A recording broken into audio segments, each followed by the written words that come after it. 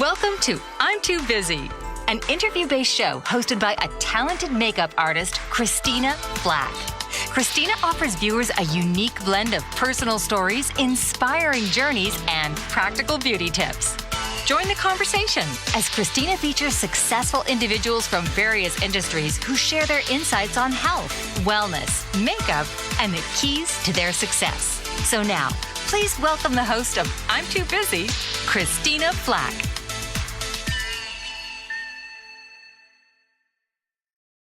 Welcome to I'm Too Busy TV. I'm your host, Christina Flack, and today we're diving into the extraordinary life of John Lloyd, who stands as a towering figure in British tennis history, a former British No.1 player, Grand Slam finalist, and champion in both Wimbledon and French Open mixed doubles. His remarkable family story includes the unique achievement of three brothers, all competing in Wimbledon singles in the same year.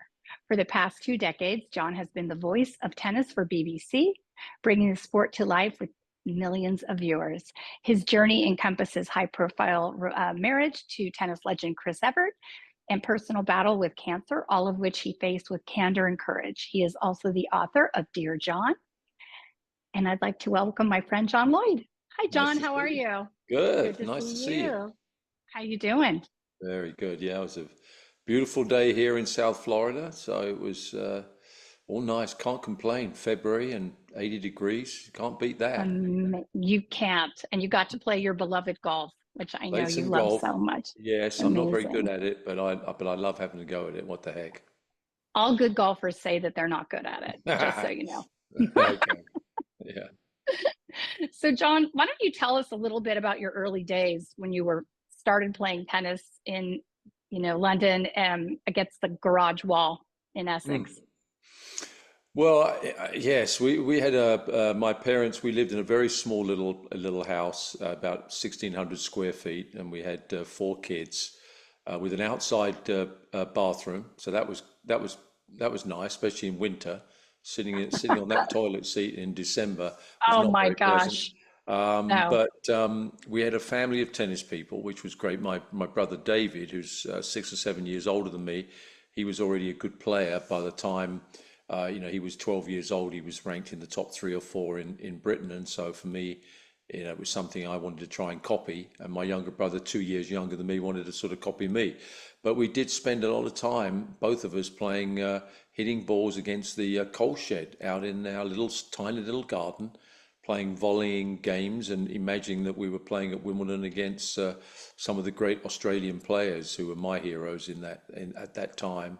And we had a very healthy lifestyle. We used to play tennis at the weekends at our local club, which was a family club. You would spend all day down there. And my mother would make sandwiches and salads for us, and we would play tennis in the morning and play other games, football and other things. And then we'd play some more tennis in the afternoon and have food there all day. And then during the weekday, we would try and play after school. So it was a very sort of healthy environment to live in. And of course, I got plenty of tennis, which was great. Did your parents, were they really involved in the tennis as well? Were they players? Well, my dad took up tennis very late, but fell in love with the sport. He became a good player. He got to Wimbledon qualifying. But didn't go past that. But then he went into coaching. And we were very fortunate to be coached by him because he was, some of tennis parenting, as you've seen it, you've been around it, can be sometimes a little bit over the top with young kids. And my father, I thought, had the perfect balance. He worked as hard when we played, but he also didn't put the pressure on us to feel that we were he was living through us financially and whatever. And of course, in those days when I started playing, there was no real money in tennis. I mean, I certainly didn't start playing thinking, boy, if I play well, I could become a millionaire, because there wasn't $1 million in tennis in those days. I just wanted to try and be a Wimbledon champion. My father was a coach that got me to a certain level. And then when I was sort of 14 or 15, he thought he had gone as far as his knowledge could take me. And then he passed me on to my mentor, John Barrett, who was a former Davis Cup player. So my father had no ego. He didn't want to sort of hang on and take all the credit for coaching the three boys, he wanted to do the best for our career, and so he had no ego and pushed us on into other coaches, which was great. Really helped us a lot. It was very generous of him. Yeah, Very mature, right? Because it's hard, as exactly. we know, with a lot of tennis parents, it's not the case. No, well, there's so many of them. I feel so sorry It's for the embarrassing. kids. Yeah, and they, some of them, they mean it. Some of them mean it in a good way, but they'll give up their lives to basically put all of their money and financing into trying to get their son or daughter to become professional players. The problem with that, the odds are so slim that that's going to happen.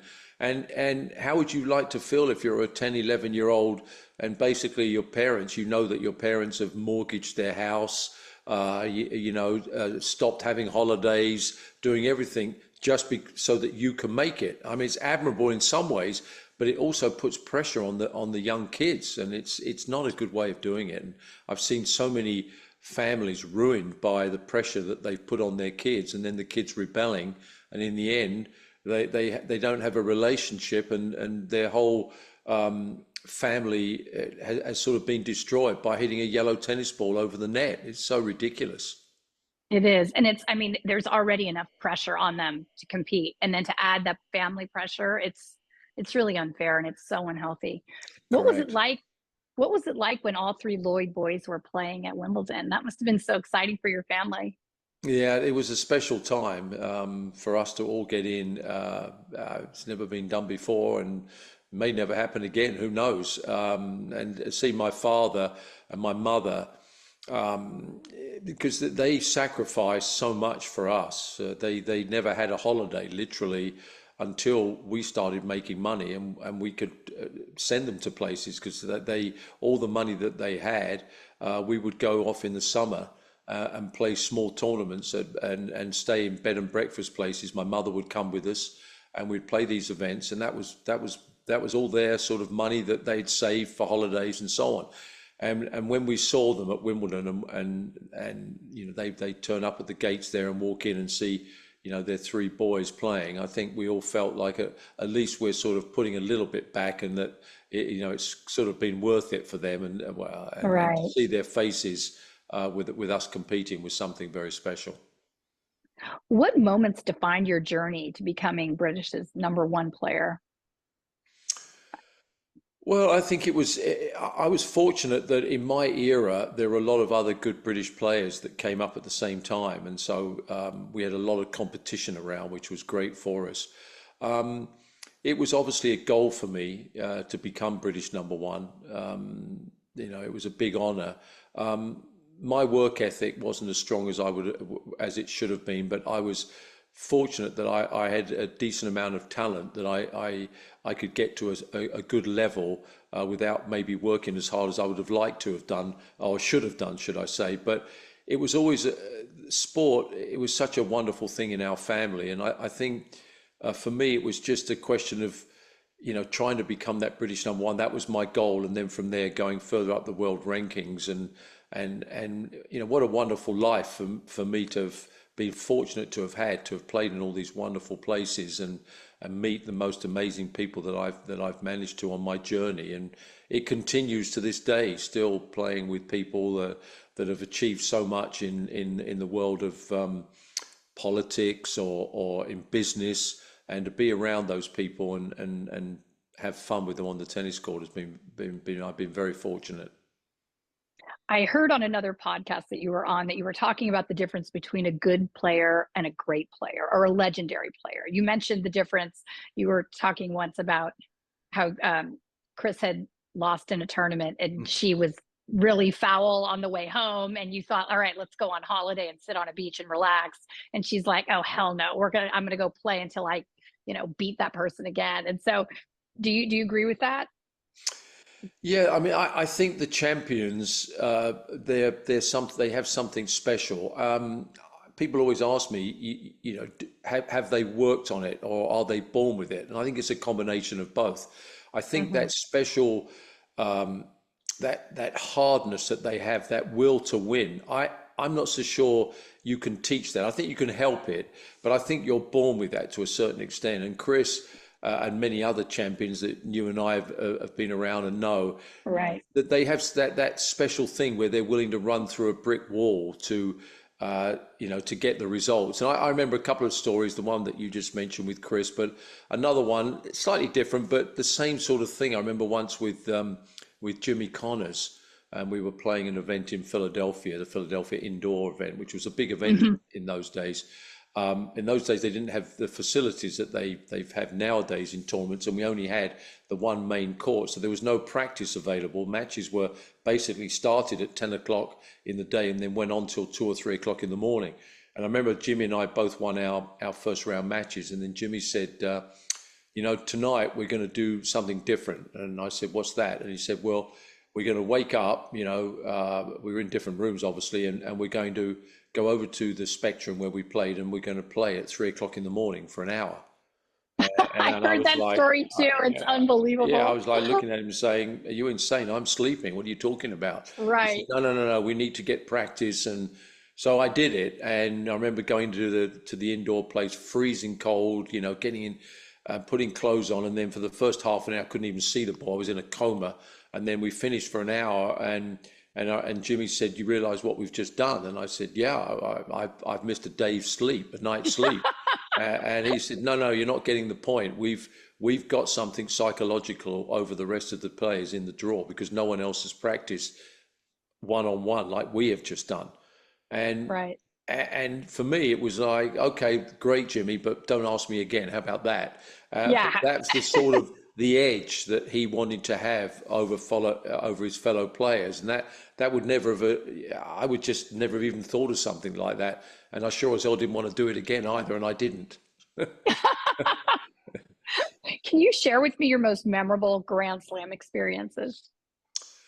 Yeah, well, there was the number of them. I'd have to say, winning the first mixed doubles event at Wimbledon was my most special, and the reason, yes, it wasn't singles, and I got to the finals of the Australian Open, which was obviously a fabulous occasion for me. I lost to my old buddy who passed away many years ago now, Vitas Gerulaitis.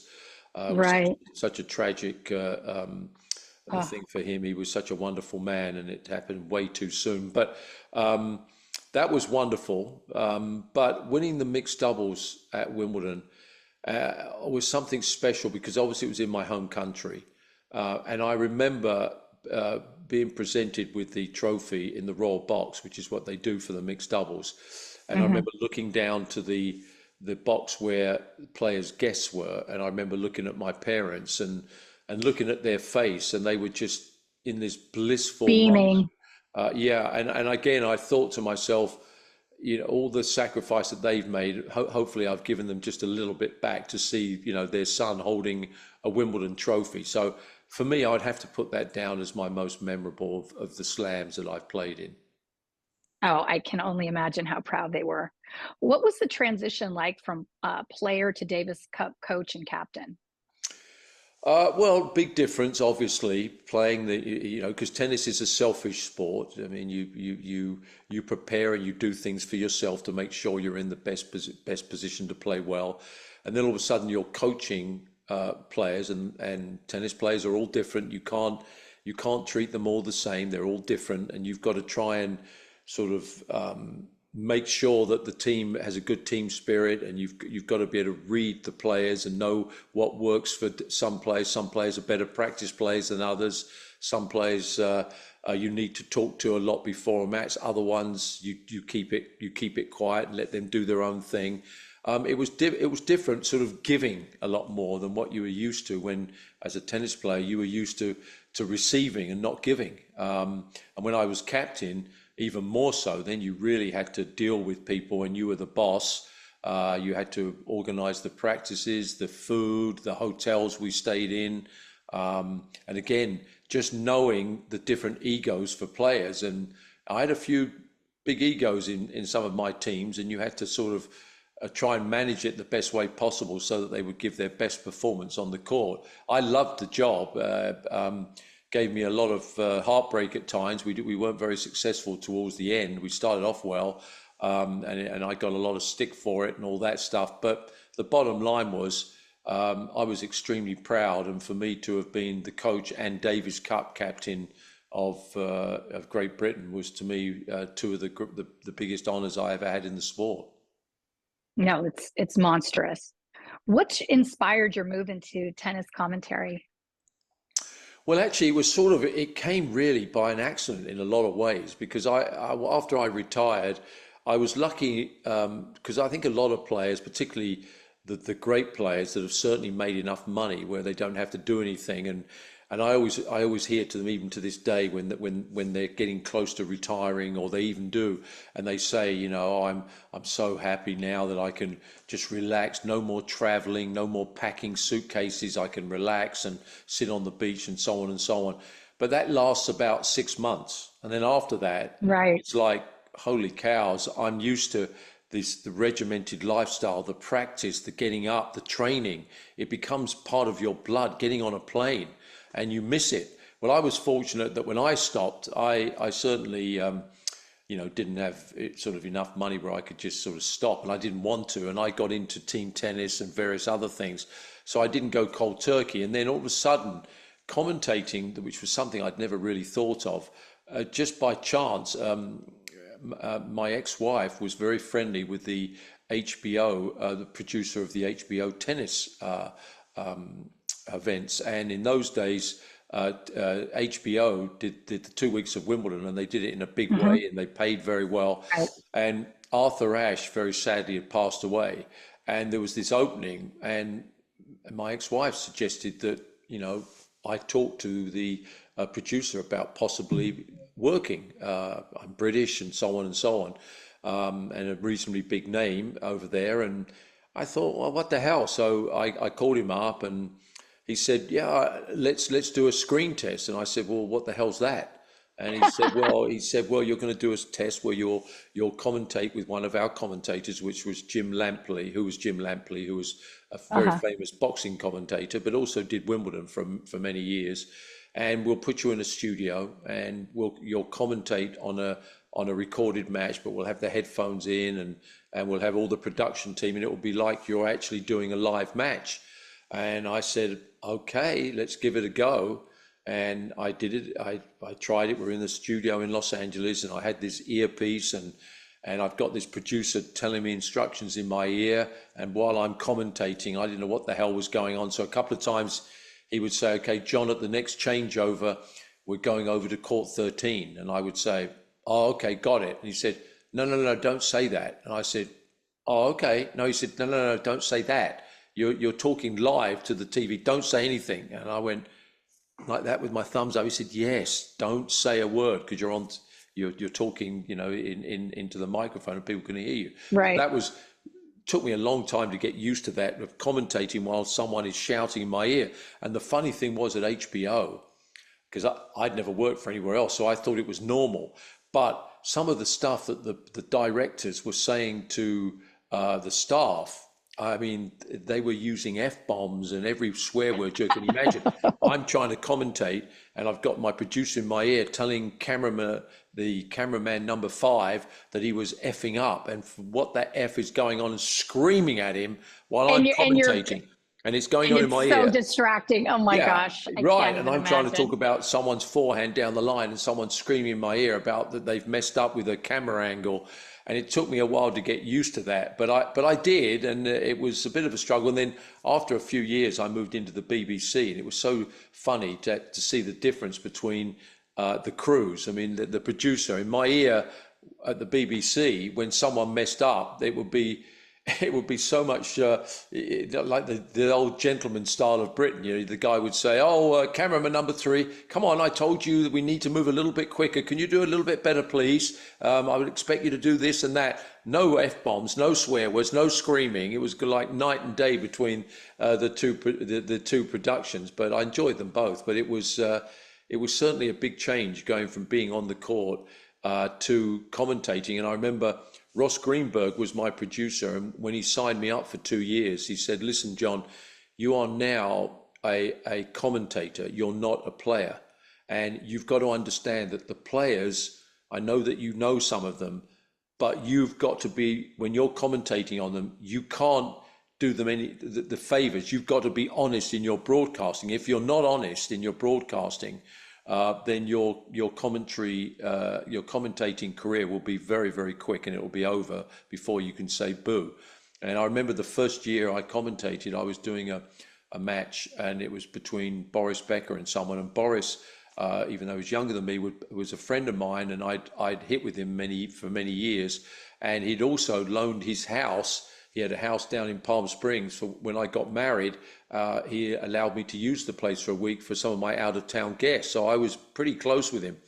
And I remember Boris, during that match, took a bathroom break and went into the bathroom. And then we got reports, and it came back in my earpiece, that his coach had followed him in to the bathroom and was talking tactics to him. Well, you weren't allowed to do that in those days. That was completely taboo. So the commentator asked me, what do you think should happen? And I said, well, to be honest, he should really be defaulted in this match.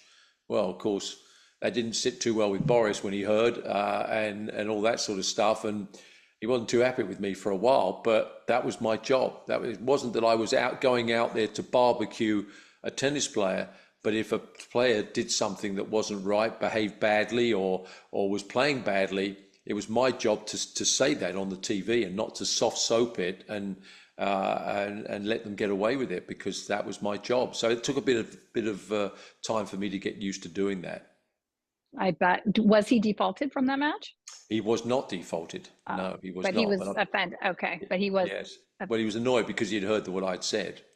Right, but what are you supposed to say? You're trying to do your job. I mean, you're put in a very awkward position.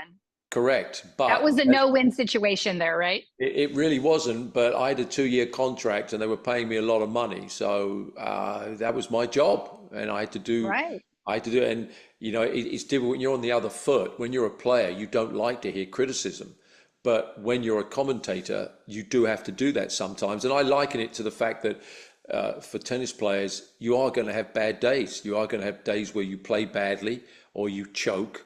But it would be like going to work in an office, and maybe you'd had a hangover, and your boss sees you, he's going to chew you out. Well, you have to do the same thing when you're a commentator. It's not nasty, but if someone is choking, you've got to say that. Or if they're misbehaving, you can't pretend it's not happening. You can't pretend it's not happening. It doesn't work. The public are not stupid. They see it. And if you kind of, you try and smooth it over by saying, oh yeah, he's having a bad day, or, well, he's not normally like this, or so on, and sort of soft soaping it, they see that, and they know that you're not doing your job. I think that's one of the reasons why John McEnroe has always been so successful, because he says it the way it is, and he's never worried about getting criticism from anybody in the locker room. He tells it the way it is, and I think that's why the public have loved his commentating over the years. I was just going to ask you about John. So doesn't he not wear an earpiece? He does not wear an earpiece. Yeah, and I've worked with him quite a few times. There's some good things and some bad things working with John. You're on your toes with him all the time, because again, with the criticisms that I've said about what he'll say to players, he'll also say to his fellow commentators if he disagrees. And the problem with that is that if he disagrees with you, he's got by far the biggest profile, and it's very difficult to disagree with John McEnroe. And if you say something you disagree with, he'll call you out on air and say, no, you've got that wrong. Well, he may actually have got it wrong, but the trouble is you can't go really up against him, because he's the man, Because he's him. He's him, but he's a funny guy, and a lot of times when he goes off on these tangents, I love listening to myself, and I'm commentating with him, so I just let him go, and I'm in the commentary booth. Sometimes I'll have a cup of tea and I'll be eating a biscuit, and he'll be carrying on, and then sometimes my producer in my earpiece will say, John, we haven't heard from you for about 20 minutes. Are you alive?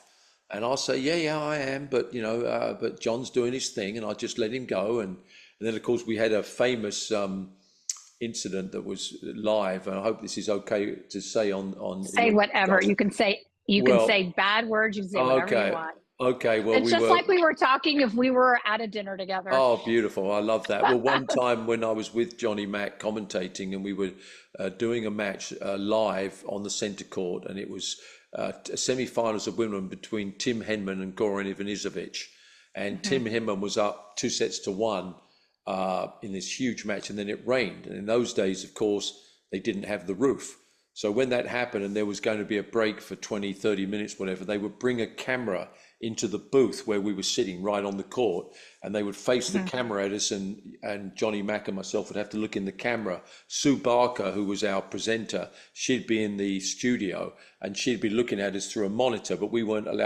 supposed to look at her. We have to look in the camera. So Sue Barker comes in and starts talking and says, I'm joined here by the two Johns, John Lloyd, John McEnroe. Well, John Lloyd, what do you think Tim Henman has to do to win this match when he comes back from this rain break? And I said, blah, blah, blah. He needs to come in more and work on his voice, whatever. I can't remember what it was. And then she said, well, Johnny Mack, what do you think? And of course, Johnny Mack doesn't have his earpiece, so he just rattles on, and he says, well, Sue, and he forgot what John didn't know at the time was that there are different meanings for words in England than there are in the States. And the word fanny in England means the front part of the woman and not the backside. And he didn't know. Oh, goodness. And it's obviously a swear word in England. And so he rattles on and he starts talking about the men and the British men. He says, well, these British men have got to come back from having a beer and support Tim as loud as possible. He needs that crowd support. And as for the women, the same thing. They've got to come in and sit on their fannies as quick as possible. Well, and he thought he was saying a better word than but he thought he was talking about their backsides, and he didn't realize he was talking about the front part of a woman. Oh my gosh. And so my producer, Sue Barker, and I've never seen her lost for words. Her face was, I looked up, her mouth was open, didn't know what to say. And my producer was in my earpiece and said, oh my God, for God's sake, did he just say fanny? John, help him out, for Christ's sake, help him out. So I sort of tapped Mac on the shoulder, and he's looking at me like, kind of, what? And I look in the camera and I said, Sue, he means their backsides. And Mac said, yeah, I mean their asses. So he sort of, he still didn't get it. So we had to tell him afterwards. So oh my God. Live TV with Johnny Mack. That's intense. What other matches that did you commentate that were just so memorable to you? Oh my gosh, I've had so many. Oh, I mean the Federer and Nadal, the match when it ended up in darkness basically, was just one of the all timers. I mean, obviously Andy Murray, winning Wimbledon and being there. There's so many. I've commentated on the Davis Cup when we won the Davis Cup for the first time for years. When we beat Belgium, I was commentating on that match, and to see the faces and knowing that I was a part of a team that got to the finals but didn't win it, but to see their reaction and the British public going bonkers. It's very difficult to put one match in particular because I've had so many of them that have moved me in different ways. Just to see the brilliance of Roger Federer, who he would win sometimes matches. Certainly when he was at his best, and he was at his best for many years, but when he was really at his best on grass, he would pretty much demolish opponents in the first few rounds. And I remember people would say to me, don't you get, sort of bored commentating on Federer at the beginning, the first few rounds when he's winning 6-2, 6-1, 6-2, 6-2, 6-2, 6-3. And I said, no, I don't, because I'm commentating on an artist, a complete artist. How true. And I know that in every match that he plays, he's going to hit 4 or 5 shots minimum that I am just going to be spellbound that how can a human being hit a ball like that with so much grace and so much brilliance, the imagination to even think of a shot, let alone pull it off. For me, he was just something special. Whenever I commentated on him, I thought I was the luckiest person to watch that brilliance. And I've seen many brilliant players in women and the men, but for me, he was something that it's difficult to describe. He was the Baryshnikov of tennis. He was just graceful, of no effort, of just doing things with the ball that I didn't think were possible. I loved commentating on him. Right. And that's the perfect way to describe it, the Baryshnikov of tennis. That's beautiful. Yeah. What do you think has changed from tennis broadcasting? How has it evolved over the past 2 decades? What's changed? Well, I think it's become, it depends on whether you're talking about American style or British style. I mean, the BBC, for an example, we're still told very firmly at the beginning that do not talk during points. It is a complete taboo on the BBC. The viewers write in and go ballistic, whereas on American TV, people yap right through, commentators yap through points, whatever, it makes no difference.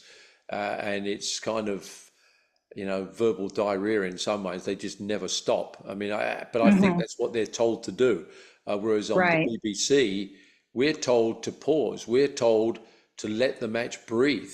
Our bosses are very happy. Sometimes, we won't commentate for a 3-4 points, sometimes a game and a half, where we'll just let the match breathe. And especially if you're commentating on someone who's serving aces by the dozen, it's like, why do you have to talk about every single one of them? I mean, how many times can you describe 130-mile-an-hour serve? That was brilliant. Right. That was wonderful. That was stupendous. That was, in the end, it's like, what's the point? Just let the viewer see it. Let the viewer make their own mind up, whether they like that or not.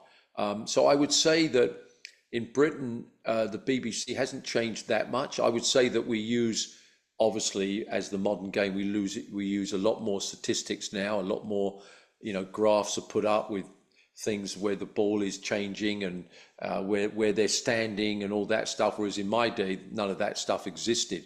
Of course, when I first started, we didn't have Hawkeye, we didn't have any of that stuff. So that's all changed. I would say in America, the commentators there are, how can I put it? A lot of them are brilliant at what they do, but it's very,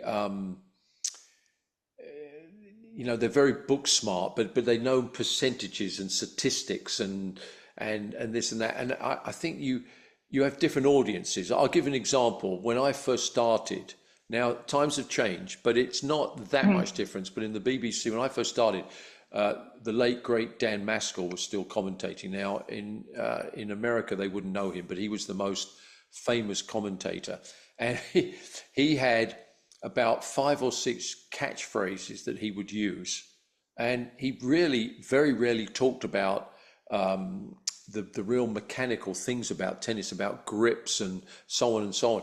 He would just say, he had a beautiful voice, and he would say these very short phrases, like he would suddenly say, there was a great winner, and he'd go, "Oh, I say." That's it.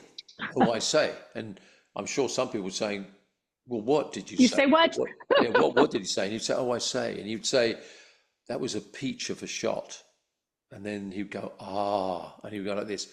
Well, the housewives in Britain, now I know things have changed, but in those days, they loved him. During those 2 weeks of Wimbledon, they would all watch him. And Dan Maskell told me one time, he said, "Look, you have to know your audience, and your audience in Britain," this was at those days, things have changed, but it's still certainly not as sort of mechanical is what I would say is in the States. He would say to me that a lot of the viewers that are watching don't even know how to score a tiebreaker. They only watch tennis for these 2 weeks of the year. So if you start talking about the pronation of a ball, the grip changes, they won't know what the hell you're talking about. So keep it simple. And I always learned that. Obviously, you had to evolve, but I've tried to keep it very simple. I don't lecture. I try and talk about what I think the player is thinking on the court, what is going on in their mind. I don't talk so much about grips and how they're doing this and how the velocity of this and that and the percentages. I try and keep it a little bit more simple than that. Whereas I don't mean that because the viewers, I'm dumbing down the viewers, but I think they less is best in Britain, whereas in the States, it's a lot more yabba about everything. Talk every single point. Right. Do you think it's possible for 2 professional athletes to have a blissful marriage while they're both playing? Yeah, well, I would say it's difficult. I mean, obviously there are people that succeeded, and I know we've got Gail Monfils now and Svitolina that seem to be very happy, and they seem to be combining it well. It's not easy because, as I've said before, most sports, and I think if you've got team games, it's different because you can rely on other people if you're having a bad day, or your child has had a bad night sleeping or whatever. You can maybe have a slight Right. but tennis is a selfish sport and it's an individual sport, and when you play, there are so many things, particularly now, that goes in to making a player at his optimum level, and that's diet, sleep, stretching, the physical stuff, knowing when to eat, when not to eat, what to eat, what not to eat, getting enough sleep, going through matches, going through videos. It's night and day in comparison with in my day, it was just so much simpler. Now it's much more of a business, and to have two people in the same sport, in some ways it's good because they understand what you're thinking about. Whereas if you, as an example, are either living or married to someone, whether it's whether the player is a male player or the female, and you're with someone who is a non-player, maybe a non-athlete, a lot of times it takes them a while to understand what their partner is feeling and when to say the right things, and then when not to say the right thing, And to say nothing. to say nothing and leave them alone for certain times. That's not that easy. So I would say there are benefits in some ways to have a fellow professional, but there are also the other ways where it's not easy to compete when you're both competing in certainly in tennis, which is such a tough sport. Right. And you're also traveling in different places Well, all the that's- yeah, time. of You're course, not, that's you're the not other- on, you're not, Of course. someone's of in course. Japan and someone's in New York, Of course. Yeah, of course. So then That's that's the challenge as well. Right, that's the obvious thing that I of course forgot about. It's the travel. Now, obviously, you've got the Grand Slams, which are great when they're together, and you have the Masters series. But there are still a number of weeks where you're traveling and going on the road without your Right. spouse, and that's not easy. So what lessons did you learn from your interactions with these big personalities like John McEnroe and our new president, Donald Trump? Well, John McEnroe is. I'm fascinated with him when I talk to him. Because and I've learned a lot from him commentating, because I watch him and I see that he weaves a story. He sees things in rallies and points and games like ahead of time. He knows what the person is thinking and he's not afraid to say it. And I've enjoyed I don't see him a lot, and I wouldn't say that we've gone out to eat many times, but he's a very smart guy and he has a lot of good stories, and I think he's a fascinating human being. I think he's a genius. I think he's the best commentator of all time. And I do like being around him because he's had a great autobiography as well, which was fascinating. He's had a fascinating life, and the way that he's managed to reinvent himself so many times, and now to be such a superstar with his catchphrases that he had in the old days. He's fascinating. Right. The president, I've known him for many, many years, and he's an interesting character, to put it mildly. And I've had some fun things with him, but a couple of stories that I have with the president, which I think they're stories that you can tell, that I tell when I do after dinner speaking, that you can tell in an audience whether tell these stories whether you're a fan of his or you despise him. And let's be honest, the country is pretty split in that way. Right. But a couple of stories I remember. This is just before he became president a while back. I wanted to be a member at his golf club in West Palm Beach, which is a magnificent golf club, but the price tag was a little bit too out of my wheelhouse. And he'd heard that I would like to become a member, so he called me up and he said, John, I hear you'd like to be a member of my golf course. And I said, well, yes, Donald, of course I would, but your price is a bit steep for me. So he said, well, how about we make a deal? And I said, okay, what do you have in mind? He said, well, and I still to this day don't know why he came up with this figure. It's still extraordinary, but he said, I'll let you in for $11,000. Now, the price in those days was 150. So I don't understand quite 11,000 how he came up with that figure. But it's a sort of a random number, but that sounded pretty good to me. And I said, that sounds great, Donald. And then he said, but the other favor I'd like to ask you, at Mar-a-Lago, which is obviously where he lives, they've got 4 clay courts there, 4 red clay courts. We get a lot of kind of celebrities and very wealthy people that come and play there. And I would like you, as part of the deal, that if our director of tennis, if there's a heavy hitter in town, calls you up, that you would go and play doubles. And I thought to myself, I do some real estate, so I'm thinking, yeah, I'd like that anyway. What a great contact. Right, this is a win-win. Right, I'll go and hit a few balls and shake a few hands, tell a few stories, and hopefully get some business out of it. Yes, please. And he said, great. And he said, oh, by the way, the tennis director, the coach, I've heard mixed feelings about him, so I'd like you to kind of check him out for me, and you tell me if you don't think he's doing a good job, and then I'll fire him. And I went, oh, okay. Like I'm going to do that. So of course I wouldn't do that. But anyway, so I did the sort of thing, played with a few celebrities and so on and so on. And then one day I was there at the courts, and Trump came over because he knew that I was playing with some very wealthy people, and he wanted to chat to them and hopefully get them to join other clubs or whatever. So he came over and he said, oh, is John telling you his stories? And they all said, yeah. And so anyway, they all left, and Trump stayed there and was chatting with the tennis director.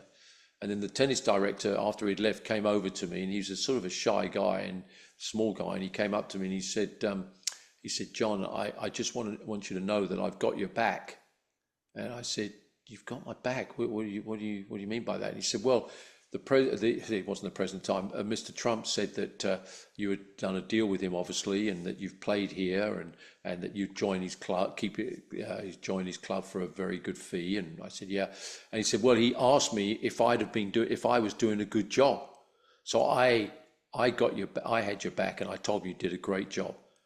And I said, oh, that's funny. He said, I've actually got your back. And he said, what do you mean? And I said, well, he told me that if you weren't doing a good job, I would tell him and you'd be fired. So of course he went white as a sheet, because he could have lost his job. I wouldn't. Poor guy, just right? Lost the golf membership. But what Trump did, he played us both off against each other. It's the art of the deal, whether you like it or not. And then this was only a few years back, 3-4 years ago. No, less than that, because he was president at the time, and I was over at his golf club playing, and I was having lunch, and he was sitting at the table, and he called me over.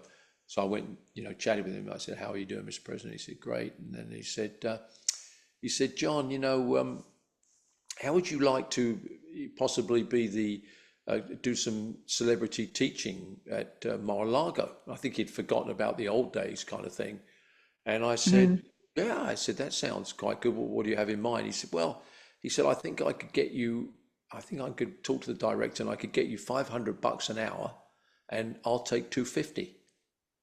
And I said, oh, okay. And I thought at first he was joking, but he wasn't. He was deadly serious. My God. I think I can get you 500 and I'll take 250. And I said, okay. And again, it's the art of the deal. He's making deals, even though people would say, well, that's ridiculous, such a small amount. Yeah, but that's how these guys make them. He wasn't. That's why he has what he has, right? That's what he has. Art of the deal. Yeah. Oh my God, that is too much. Yeah. How did you get, we're going to segue a tiny bit. How did you, I know you had some stomach issues when you for a lot of years, and wellness was a big thing. And was that true that you started taking probiotics and it really helped? Yes, I had problems for a while. I mean, I think a lot of it was self-inflicted with internalizing things and tension. But funny enough, my father, he had the same sort of problems, that when he had sort of stressful periods or whatever, things would go to his stomach, and I seem to have got the same thing, whether it was genetic or not. I'm sure a lot of it was just that was the way I dealt with stress, and it caused me a lot of problems, and I got into probiotics. probiotics with the company, and I've forgotten the company now, and I used them for years, and it really seemed to help. So much so that I sort of gradually weaned myself off. I don't know why, because I think they were doing a great job, but I think a lot of it is just I've managed now to get rid of stress better, and now And how do that's you do not. that? Well, I don't internalize things now. If there's something that's bothering me, I get it out. I don't, because I was from sort of old school, I guess, where you don't cause problems, and if someone says something to you don't agree with, or or there's problems in your relationship, you kind of want to make it better. So you kind of, and someone has, legitimately and quite rightly so, maybe done something they shouldn't have done with you, rather than confront them. I always tend to be kind of just massage it over and let it just sort of run through. But I would internalize it, and I think it would sort of, in the end, would make me unhealthy. And now I don't do that now. If I've got a problem with someone, whatever, I get it out and tell them. I mean, right away. If I think someone's done something to me, whether it's in business or on the court or something. I mean, I had the other day in a pro-am, someone was not playing the pro-am properly and was hitting, every ball at my amateur rather than playing the pro-am the proper way. And I told him, I just said, listen, it's not the way to do the pro-am. The pro-am is about the ams, not the pros. The Exactly. pros should neutralize each other and let the ams fight it out. And it's not the way to do it. And I got it out and told, whereas before I would have just let it go. But I would have been annoyed about it for days that I didn't say anything, instead of now. And how did that person react to that when you said that? He got it. Said, okay, I get it. Okay. I mean, some people, quite frankly, some pros are terrible at pro-ams. They don't get it. They just hit the ball, and don't get that you're playing against amateurs that are trying to have a good time. And okay, not be humiliated by some pro that just hitting them in the face. Right, you could put them in hospital. So well, what good does that prove? I could do that with a lot of people I play with, but you just don't do that. Do you follow a special diet now? Well, what I do, I tend to do now, which is happened in the last 9 months, and I've lost probably 15 to 20 pounds in doing that. I do, and it's not a big deal. I just do the 16, 17-hour fast. The intermittent fasting. Yeah, and it's made me, and I don't do it where I mean, sometimes if, at the weekend, I might go for a brunch and do it just because we're up and it'll be fun to do that. But generally speaking, I don't eat my first meal now till 1 or 2 o'clock in the afternoon. And I always follow that, which I think is a myth, because I'm only looking at the myth from myself, the myth where breakfast is the most important meal of the day. And maybe it is for some people. And when I first started doing it, I was thinking, oh my God, if I'm playing tennis at 10 or 11 without eating something, especially in the Florida heat, I'm going to be half passed out. Nonsense. Not for me. It's a lot of mind. I was doing it as well. And a lot of it is we think we need to eat. Yes. So we tell ourselves, no, but I have to eat. That's part of what I do every morning. And what am I going to do? And it just takes some willpower and just getting your mind, our minds are so incredibly powerful, and we can get them to do whatever we want it to do. It's just, we have to have that mindset, right? Absolutely right. I mean, listen, it is a mind thing. And I'll be honest, there are some days, not every day, but there are some days I'm damn hungry, 10 or 11 o'clock, and I'm on the court for 2 hours, running my backside off. And yeah, I'm hungry, but it goes away. But my energy level is fabulous. That's the thing. If I was tired on the court and also hungry, then I'd be going, okay, this is not working. You've got to have some eggs or something in the morning. And now and again, I will do, but I would say 5 days out of the week, maybe 6, I don't eat until 1 or 2 o'clock. And then I only have 2 meals for the day. And that's really helped me. And I've dropped 15, 20 pounds just doing it pretty religiously, to be quite honest. So I don't eat as much meat as I used to. But I certainly still like my desserts. And when I go to the movies, if I can Get sneak your them in, popcorn. well, that's done. But sometimes I'll sneak some Raisinets in if my girlfriend doesn't see me, and knock a few of those down. So yeah, I'm not religious about diet or anything like that. I'll still eat some good old sweets and stuff. But I think just eating 2 meals out, and I exercise a lot. I'm on the Hmm. court, not every day, but most days, 2 hours a day, and it's hot, and I run a lot in those 2 hours. I'm not standing there feeding Hmm. balls. My lessons are playing lessons, so I'm running the whole time. Well, Um, that's what it is. Did you see that show on Netflix about the blue zones?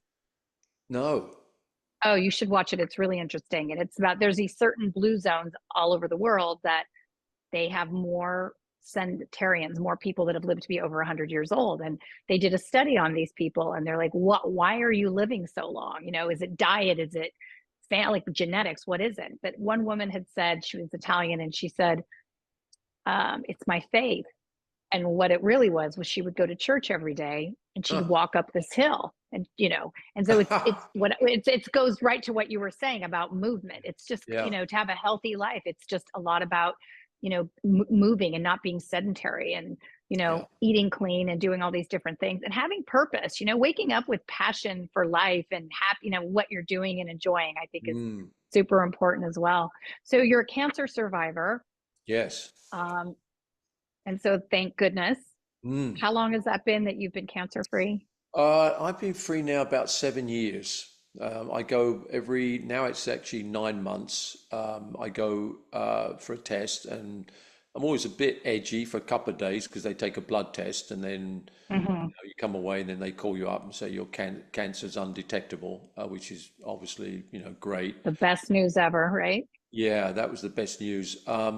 Yes, I was. It's a funny thing with that sort of stuff, and again, it's so. I don't know how much of that is in your mind, but I always thought, and this is going to sound strange and weird, and probably, but Not at all. I always thought, I heard of other friends of mine and other people that have had cancer, and some have died, and various cancers, and I always thought that I was going to get it at some stage because, see, I'm a big believer in luck. I mean, of course, you make your own luck in some ways. I certainly believe that if you eat better and you don't smoke and drink too much, you're going to have a Right. better chance of living. But I know people that smoke 40 cigarettes a day and they live to their 90. Some of it is genetics and so on. Hmm. But I remember thinking, I've had such a lucky life that sooner or later it has to turn the other way. And so I wasn't that surprised when I got cancer. I was surprised, I shouldn't say that, because I had no symptoms. I had no symptoms Oh, with the prostate cancer, none.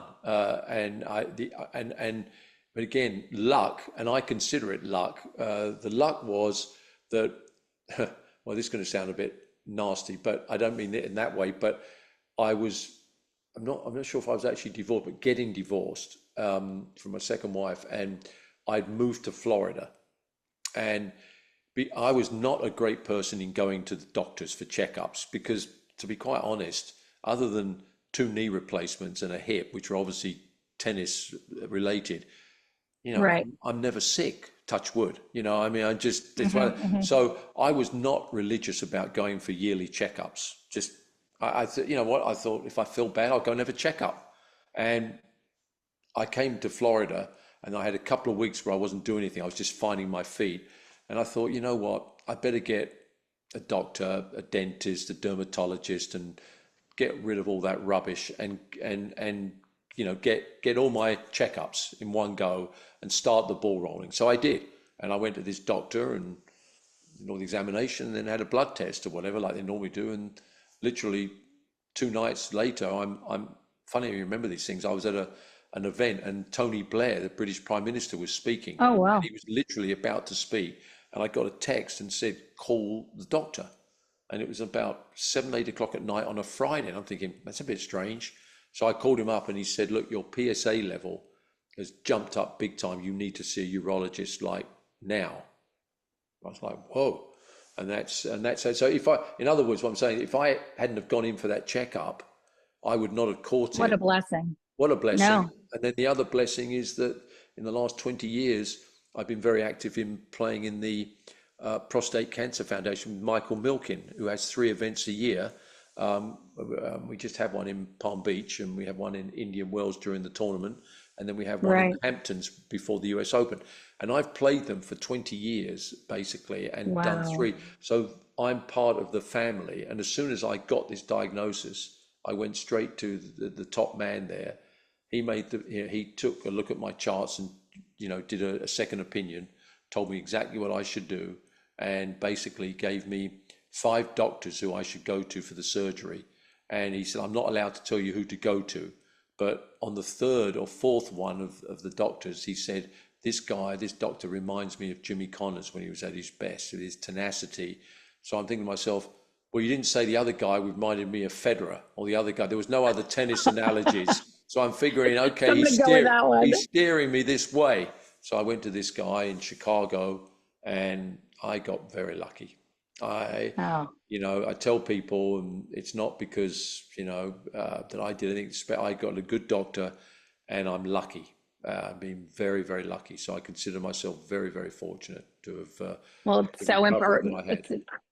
It's really important just telling people that, to go to the doctor, even though you're not feeling sick, just go get a regular checkup and get some blood work done before it gets too out of hand. That's when these things go totally awry, because people wait until something's really, really wrong, or they ignore it. Exactly. And with prostate cancer for men, it's even though, this is a weird thing to say, but it's the best cancer to get in terms of surviving out of all the cancers in men. The problem is there are side effects that men don't like to talk about and don't like to think about that could happen if things don't go exactly right in the surgery. And so when it happened to me and stuff, after I got diagnosed and had the recovery, they asked me if I would go public with it over in England, and I did. And they had a definite uptick in men going to get checked, which was great. Oh, that's great. And actually, it became a sort of an amusing part. So I think it's sort of amusing. When I got my sister, who I adore, is very, very religious.